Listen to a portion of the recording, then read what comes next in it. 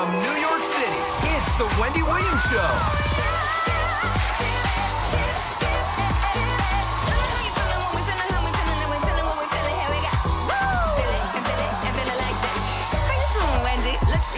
Now, here's Wendy!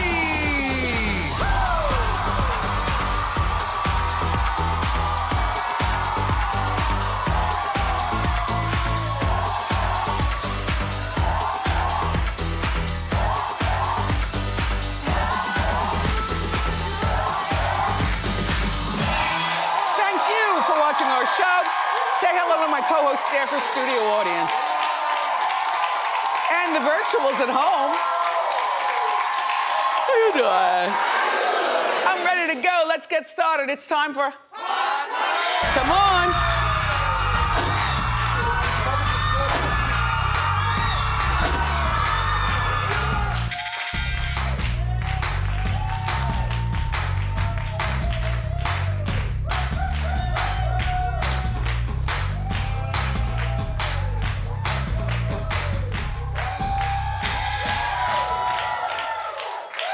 Hi.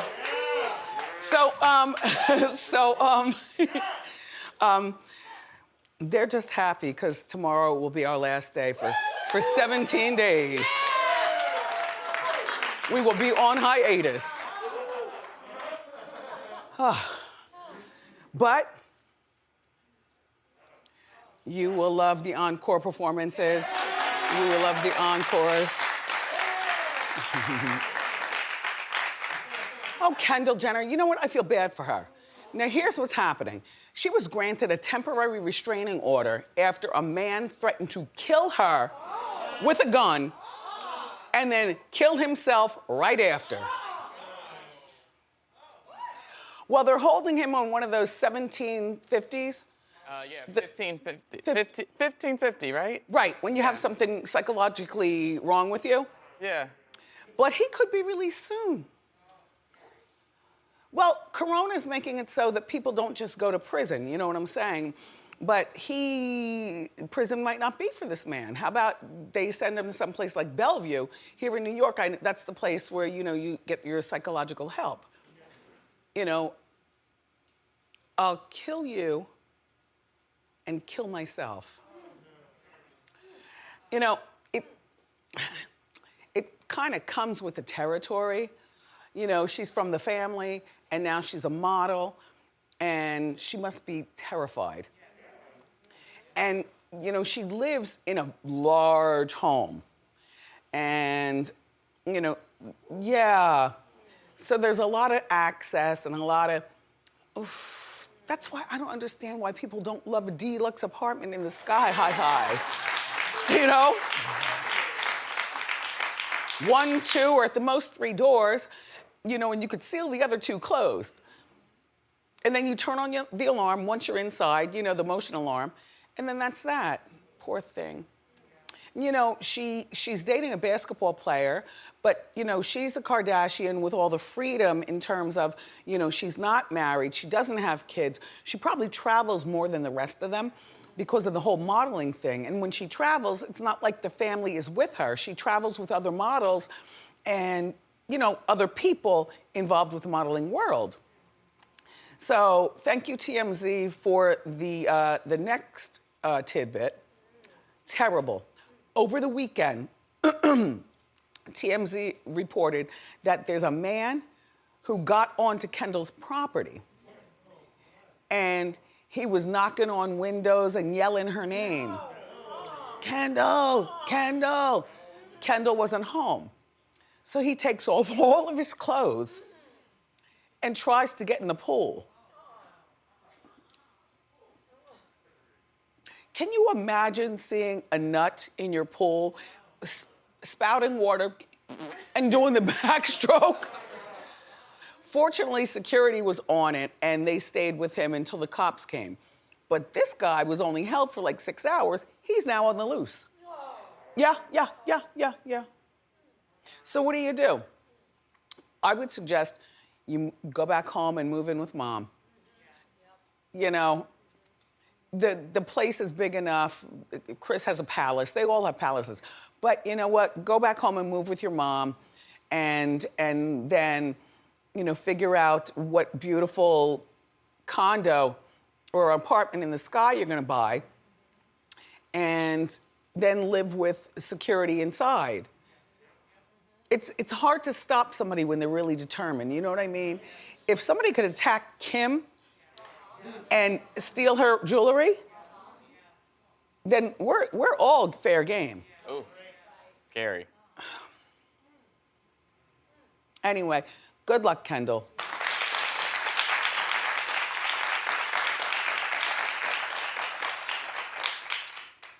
And you heard about this. I don't even feel like doing the story, but I must. It'll be very short. Nike is suing the company that made Lil Nas X Satan shoes. Yeah, the company is located here in New York. I think they're in Brooklyn. Anyway, and they're a really talented company. You know, that's what they do. That's what they specialize in. You know, you bring them something to trick out, and they do it really artistically well. You know, if you bring them a cup or a chair or some sneakers or whatever, they do it really well. But Nike is claiming that this company, and Nas is not mentioned in this, Nas X, excuse me. I don't want to disrespect the Godfather. Nas X, the company is claiming that the buyers think that they were really designed and approved by Nike. But I thought we had that established. It says Nike that they're harming the brand. Not really. I mean, you know, yeah, the sneakers out there, but those are some comfortable shoes. Like you know what I'm saying, Norman? Right. You know. I still love a Nike. I love a Nike too. Right. Get out. So the 666, you know, they sold out in less than a minute for $1,018, which is some sort of a Bible verse? Luke chapter 10, verse 18. Right. About Satan falling from the sky. Right, which is right here also on the shoe. Remember the blood at the bottom and so on and so forth. They probably invited Nas X to be the company. Probably, not Nike, but that company. Probably invited Nas X to be, you know, like, what do you want to do? You want to make some shoes? And Nas X is like, fine. Okay, well, we're going to make them for you. Here's our split, whatever. The thing is that I hope the paperwork is correct, because otherwise, then the company will sue him. You know what I mean? So he's laughing on Instagram about the whole thing, but relax, little boy, because you might be next, and it won't be by Nike, it'll be by that company. They haven't been approached by lawsuits yet, and they've been doing sneakers for years.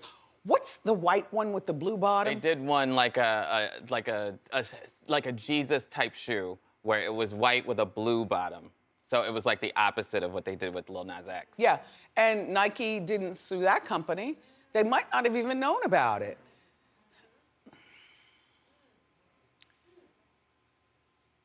The company should just pay Nike. You know what I mean? Just pay them, learn your lesson, and let's everybody move on. Because you know what? And I'm not suggesting that the company go out of business, because you know I love crafting, the creative arts and stuff like that. And actually, I would love to know the name of the company. I've got a few regular things to take over and really make it into something different. All right.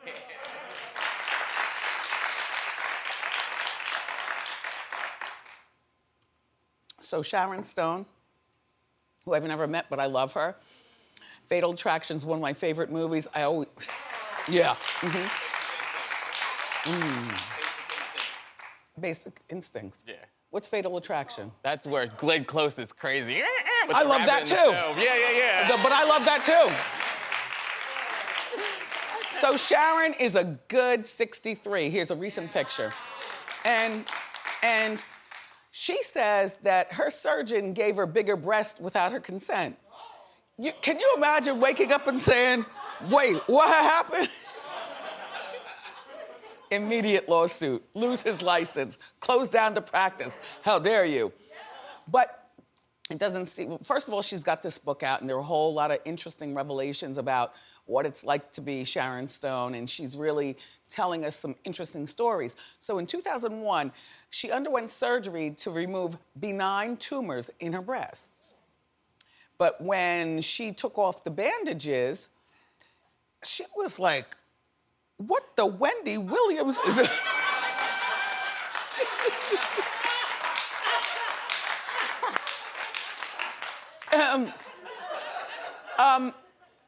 You know, when you get plastic surgery, you have at least 3 meetings. The first one is, I like you, I want you to do me.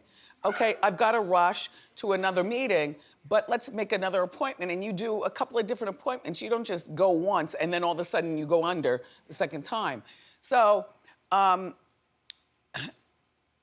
the surgeon told Sharon, though, she'd look better this way. Like when she questioned him, like, I think that the cup size now matches your hip size. Was that a read? Oh my God.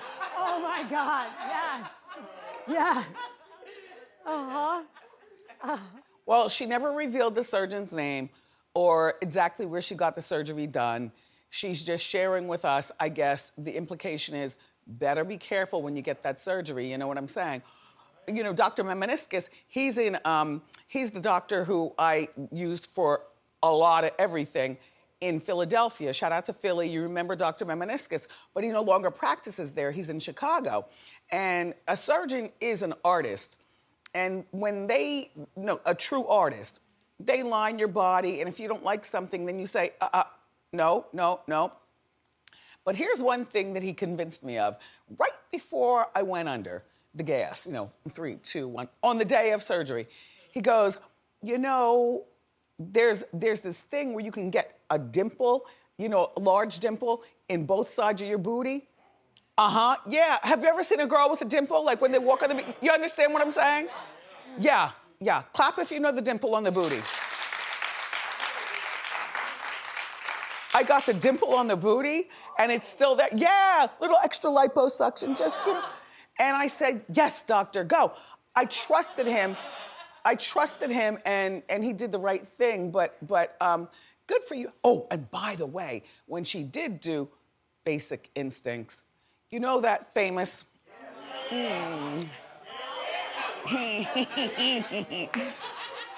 they told her, remove your panties. And they said it's for lighting.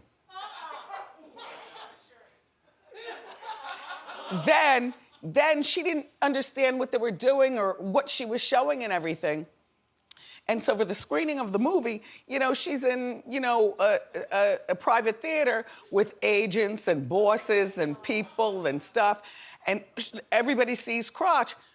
No word on whether she sued them or not. No word on whether she's pissed or not. But I can tell you, Sharon, if they did the movie without that, maybe it wouldn't be the same movie. Yeah. A true seductress. Okay, Trey Songz.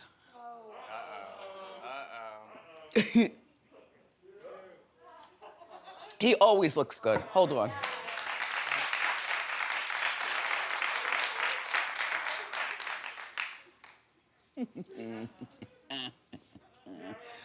Anyway, so there's this rapper in jail and in prison, and he's threatening to beat up Trigger because Trigger posted a picture of a rapper, I don't know, her name is Rennie Rucci.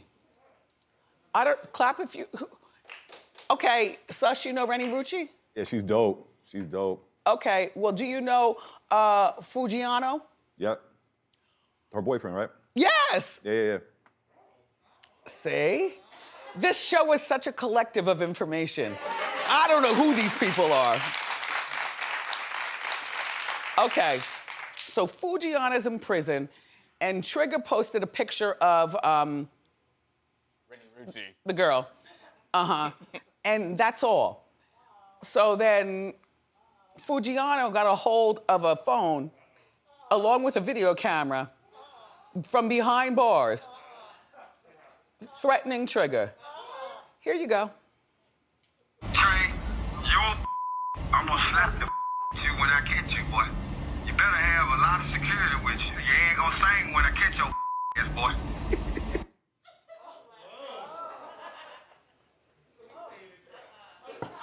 Trigger, we don't need your life threatened. She's a cute girl, nice implants and stuff. And he's still in prison. So you got 30 seconds, Trigger, to leave this girl all the way alone, scrub your Instagram. You are so hot, you can get another one. And you know, whatever. But now, if I were you also, Trigger, I would hand over this tape to your management to make sure that he stays in prison for extra long time. See, because now he's played himself and he's on Hot Topics, but Trigger, get with your people so he stays locked up. Not because you want the girl anymore, just because you can do that. Now he did get on, Trey did get on his Instagram or whatever you call it, and he posted a smile with the caption, "Picture dat." See, don't mess with these people. Okay, leave it alone. Can I get a Trigger medley during commercial break, please? Yeah, I got you. Okay.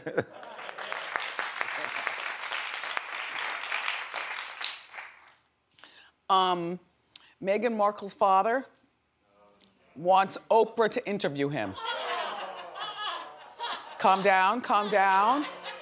You know, he's older, he still doesn't understand the machine of what it is to be Oprah, what it is now to be his daughter, what it is for me to have to talk about it. Confused old man. I do feel bad for him, I do. So Thomas Markle, that's his name, but I'm gonna call him Mr. Markle. Mr. Markle left his LA home. Where does he live, West Hollywood? Somewhere in LA, Okay. I don't know where.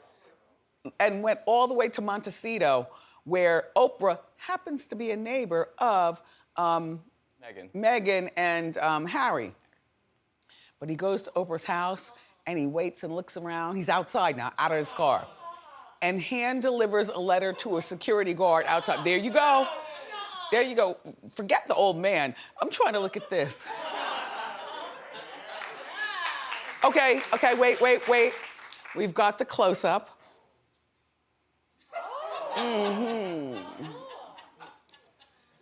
Stedman be warned. Oprah's got that. No, but you know what? This is him turning around and saying, "Who is that?" And Oprah's probably looking out the window like, "Meghan, your father's here." And see, this is gonna set Thomas back even further from meeting his daughter and his grandchildren and you know, maybe mending ways with his daughter, because now he's doing stuff that he shouldn't be doing. And he could have gone next door to Meghan's house, as mentioned in our morning meeting, but I said, no, he can't do a drive-by. Like, it's gotta be proper. I feel bad for him. He's not on that level for you to be interviewed by him. Even Gail's not on that level for you to be interviewed by him. Here's what you do.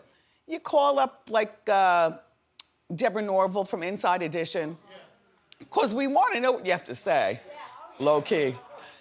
You know, or call up like a Mario Lopez or Billy Bush or somebody, you know, guys and people who just make it pop. But an Oprah interview is too important, Mr. Markle, and you're not that potent.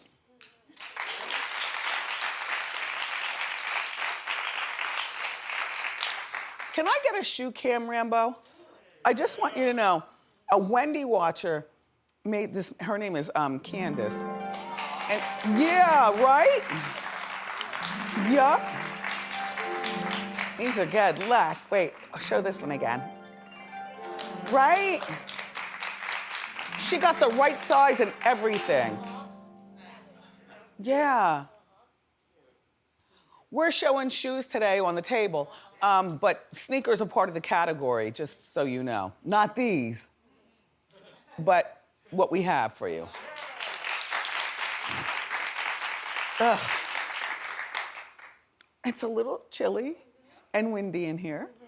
Okay, so Rachel Bilson, who's a friend of our show, she's been here a couple of times. So, you know, that Throwback Thursday thing. Well, she put a photo up of this Oscar winner. His name is Rami Malek. You know him. He takes himself very serious. And Rachel went to high school with him. And so one of the high school, it was a performing arts high school. And they were good friends in high school. And Rachel posted a picture of them when they took their high school trip to Broadway. Right? He almost doesn't look like the same person though, right? Lost a whole bunch of weight, does his hair differently, a gold chain, probably doesn't smile as much because he's a very serious actor, you know? Now he's got that Oscar and, you know. Well, Rami wasn't thrilled, to say the least. Let's listen. I had posted a throwback of us from our senior trip to New York Broadway. We're super like nerdy, like just, you know, it's the dorkiest picture of both of us. But I throw it up because it's funny and I think it's so important to be able to make fun of yourself. I don't usually check my DMs on my Instagram, you know, and like maybe a week goes by and I actually look and I have a message from Rami. But it wasn't like, hey, how are you? Blah, blah, blah, blah. It was like straight to, I would really appreciate if you take that down. I'm a really private person. Well, they might have been great friends in high school, but apparently they're not great friends now because great friends don't go down in each other's DMs. They call, you know. If I were Rachel, I'd just take it down and learn your lesson. Like, this guy is not into being friends with you anymore. But, and he also, Rami, you didn't need her approval. This picture is owned by her. And it was funny, and we appreciate you being the serious actor that you are now, but it's fun to see how far you've come in your career.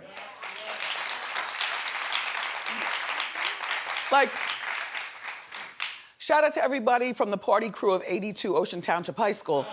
Listen. If you posted a picture of us, like from high school, I wouldn't mind. Only cause no matter how bad the picture looks of me, I know I'm here every day and I'm doing the best I can.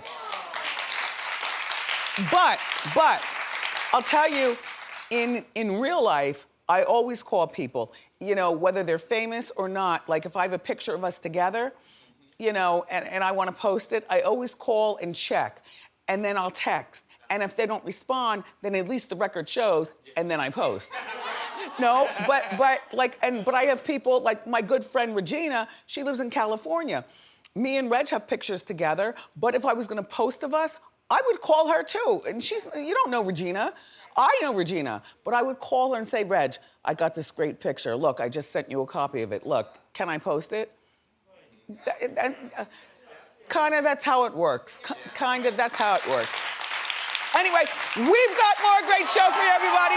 Up next, the stars of Buried by the Bernards. So grab a snack